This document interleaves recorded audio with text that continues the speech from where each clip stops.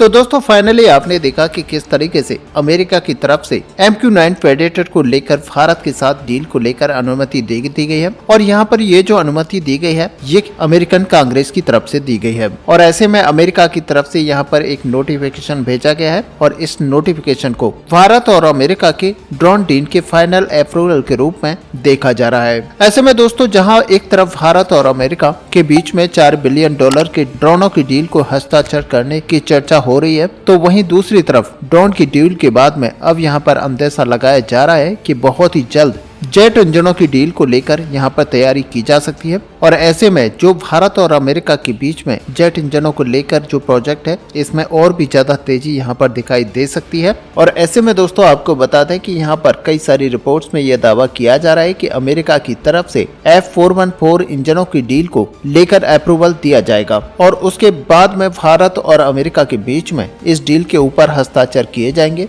और ऐसे में जनरल इलेक्ट्रिक जो कि अमेरिका की कंपनी है उसकी तरफ से भारत के अंदर भारतीय कंपनी के साथ मिलकर इन इंजनों के को प्रोडक्शन को किया जाएगा। हालांकि मीडिया रिपोर्ट्स के अंदर ये दावा भी किया जा रहा है कि यूएस के स्टेट डिपार्टमेंट की तरफ से भारत को ये जेट इंजनों की डील को लेकर अप्रूवल देने की तैयारी लगभग कर ली गई है और इस तैयारी के अंतर्गत इन इंजनों को करीब 80% तक ट्रांसफर ऑफ टेक्नोलॉजी के साथ ही भारत के अंदर बनाया जाएगा। और ऐसे में सच माने कि एक बार जब F414 इंजनों की डील के ऊपर हस्ताक्षर कर लिया जाएगा तो भारत के जो स्वदेशी फाइटर जेट एयरक्राफ्ट है उनमें यहाँ पर न केवल तेज रफ्तारी आएगी बल्कि भारत के ये जो प्रोजेक्ट्स हैं ये और भी अधिक इंडिजिनस हो जाएंगे, क्योंकि 80% तक ट्रांसफर ऑफ टेक्नोलॉजी के साथ इन इंजनों को भारत के अंदर में बनाया जाएगा। बल्कि आपको बता दें कि भारत के अंदर इन इंजनों को बनाने को लेकर कई सारे कंपोनेंट्स ऐसे भारत के अंदर ही बनाए जाएंगे जो कि इस इंजन के अंदर इस्तेमाल किए जाएंगे।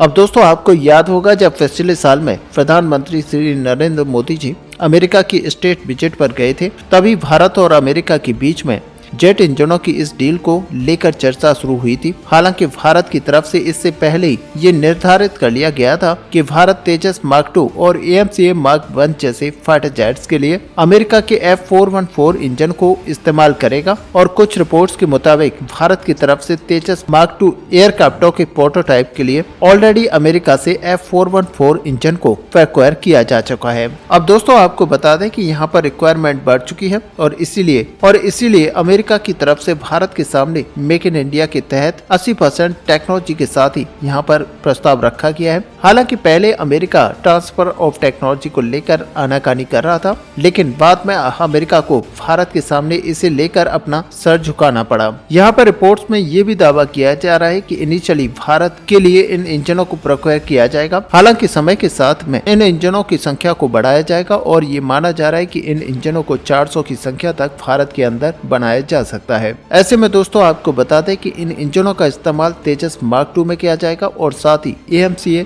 और TADBF फाइटर जेट के भी अंदर किया जाएगा। और इससे आप समझ सकते हैं कि कितनी बड़ी संख्या में आखिरकार हमें इन इंजनों की जरूरत पड़ेगी और इसीलिए माना जा रहा है कि करीब 400 की संख्या में यहाँ पर भारत इन इंजनों को भारत के अंदर मेक इन इंडिया के तहत बनाएगा। अब दोस्तों आपको बता दें कि यहाँ पर करीब 100 इंजनों का इस्तेमाल तेजस MK2 के अंदर किया जाएगा। वहीं दोस्तों दूसरी तरफ कुछ रिपोर्ट्स के अंदर ये भी दावा किया जा रहा है कि ट्विन इंजन टैक बेस्ड फाइटर जेट के लिए F414 इंजन का इस्तेमाल किया जाएगा और रिपोर्ट्स में ये दावा किया जा रहा है कि नेवी के द्वारा ऐसे 45 फाइटर जेट को एक्वायर किया जाएगा। और ऐसे में आप समझ सकते हैं कि ये सारे फाइटर जेट यहाँ पर ट्विन इंजन बेस होने वाले हैं और 5 प्रोटोटाइप का भी निर्माण किया जाएगा और इसी के चलते भारत यहाँ पर करीब 90 की संख्या में इन इंजनों को twin engine deck based fighter jet के लिए खरीद सकता है। हालांकि दोस्तों आपको बता दें कि अभी तक अमेरिका की तरफ से इन इंजनों को लेकर फाइनल अप्रूवल नहीं दिया गया है, लेकिन जिस तरह की खबरें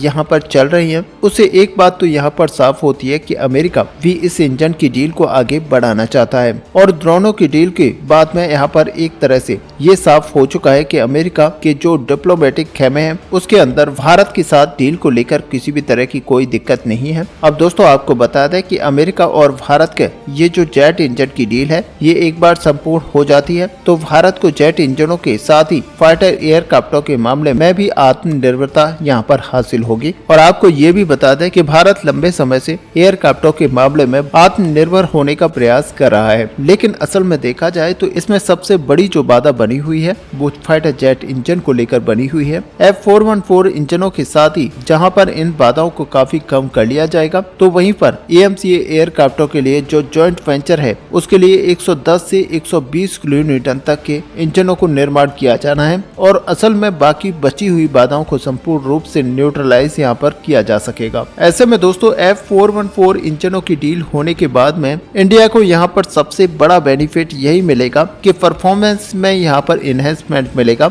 और आपकी जानकारी के लिए बता दें कि इस तरीके के इंजन्स को अगर भारत विदेशों से खरीदता है तो इंजनों की टेक्नोलॉजी और इंजनों की क्षमता में यहाँ पर ज्यादा डिफरेंस नहीं देखने को मिलेगा, लेकिन लोकली मैन्युफैक्चर करने से इंजनों की सप्लाई चेन यहाँ पर काफी मजबूत होती है और मेंटेनेंस के साथ ही इसके जो स्पेयर पार्ट्स हैं वो भी आसानी से अवेलेबल हो पाते हैं, जो कि इंडियन एयरक्राफ्टों को परफॉर्मेंस को और भी ज्यादा मजबूत करेगा और एयरक्राफ्टों के जो सर्विसेबिलिटी है उसे भी यहाँ पर बढ़ाएगा। हालांकि इसके अलावा अमेरिका की तरफ से भारत को जो ट्रांसफर ऑफ टेक्नोलॉजी किया जा रहा है उसमें कुछ नई टेक्नोलॉजी का भी ऑफर अमेरिका की तरफ से रखा गया है और अमेरिका के मुताबिक इसे तेजस एयरक्राफ्टों के पेलोड कैटेगरी में यहाँ पर वृद्धि देखी जाएगी। इसके अलावा दोस्तों यहाँ पर भारत का जो दूसरा सबसे बड़ा बेनिफिट होगा वो यही है कि इसकी रिड्यूस डिपेंडेंसी होगी, यानी कि डिपेंडेंसी अभी जो अमेरिका के ऊपर भारत को बनी हुई है वो यहाँ पर काफी हद तक रिड्यूस हो जाएगी। ऐसे में दोस्तों ये सच है कि इंजनों को अगर इंपोर्ट किया जाता है तो भारत को हर एक पार्ट्स के लिए अमेरिका के ऊपर डिपेंडेंट रहना पड़ता है और ये सबसे बड़ी बात है कि यहाँ पर भारत इस तरह की दिक्कतों का सामना करते हुए अपनी सारी जरूरतों को पूरा समय से नहीं कर पाता और इसीलिए भारत यहाँ पर चाहता है कि मेक इन इंडिया के तहत इंजनों की मैन्युफैक्चरिंग को किया जाए। और इसके अंदर सबसे खास बात यह होगी कि इंजन में लगने वाले कल पुर्जे और साथ ही पार्ट्स को भारत के अंदर ही बनाया जाएगा, जिससे कि भारत को सप्लाई में किसी भी तरह की समस्या नहीं आएगी। और दोस्तों आपको बता दें कि 80% तक पार्ट्स यहाँ पर भारत के अंदर बनाए जाएंगे, केवल 20% पार्ट्स के लिए भारत अमेरिका के ऊपर अभी भी डिपेंडेंट रहेगा। और अब दोस्तों आपको पता ही होगा कि इंजन भारत के अंदर प्रोड्यूस किया जाता है तो भारत के अंदर एक लार्ज स्केल मैन्युफैक्चरिंग फैसिलिटी बनाई जाएगी और ये जो फैसिलिटी है वो कई तरीके से यहाँ पर जॉब्स क्रिएट करेगा और साथ ही इससे इनडायरेक्ट जॉब्स भी क्रिएट की जाएंगी। और इसका मतलब ये होगा कि इस कंपनी के द्वारा जो भी सप्लाई चेन यहाँ पर जारी की जाएगी उसके साथ ही यहाँ पर कई सारी लोकल कंपनियां कनेक्ट होंगी और ऐसे में आप समझ सकते हैं कि कितने बड़े स्केल पर जॉब्स यहाँ पर क्रिएट होंगी। और दोस्तों असल में देखा जाए तो जब भारत के अंदर ही इसके पार्ट्स को मुहैया कराया जाएगा साथ ही बनाया जाएगा तो फिर इसका जो मैन्युफैक्चरिंग कॉस्ट है यहाँ पर कम होगा और ऐसे में इनडायरेक्टली यहाँ पर इंडियन एयरफोर्स को इससे काफी ज्यादा फायदा मिलेगा। अब दोस्तों ये सच है कि इंडियन एयरफोर्स की ताकत को बढ़ाने के लिए ड्रोन्स के बाद में अब इंजन के ऊपर काम किया जा रहा है और ऐसे में इंडियन नेवी को क्षमता को वृद्धि करने के लिए ऐसे में दोस्तों इस पूरे टॉपिक को लेकर आपका यहाँ पर क्या व्यू है? क्या भारत को जल्द से जल्द अमेरिका के साथ इंजन की डील को कंप्लीट करना चाहिए और साथ ही भारत के अंदर मेक इन इंडिया के तहत बनाते हुए बड़ी मात्रा में डेवलप करना चाहिए, जिससे फायदा यहाँ पर सीधा हमारे तेजस MK2 फाइटर जेट को मिल पाए। तो दोस्तों इस पूरे अपडेट को लेकर आपका यहाँ पर क्या व्यू है? आप अपना व्यू हमें कमेंट में लिखकर बता सकते हैं। साथ ही अगर वीडियो आपको अच्छी लगे हो तो लाइक और शेयर करना ना भूलें। मिलते हैं नेक्स्ट वीडियो में, तब तक के लिए जय हिंद जय भारत।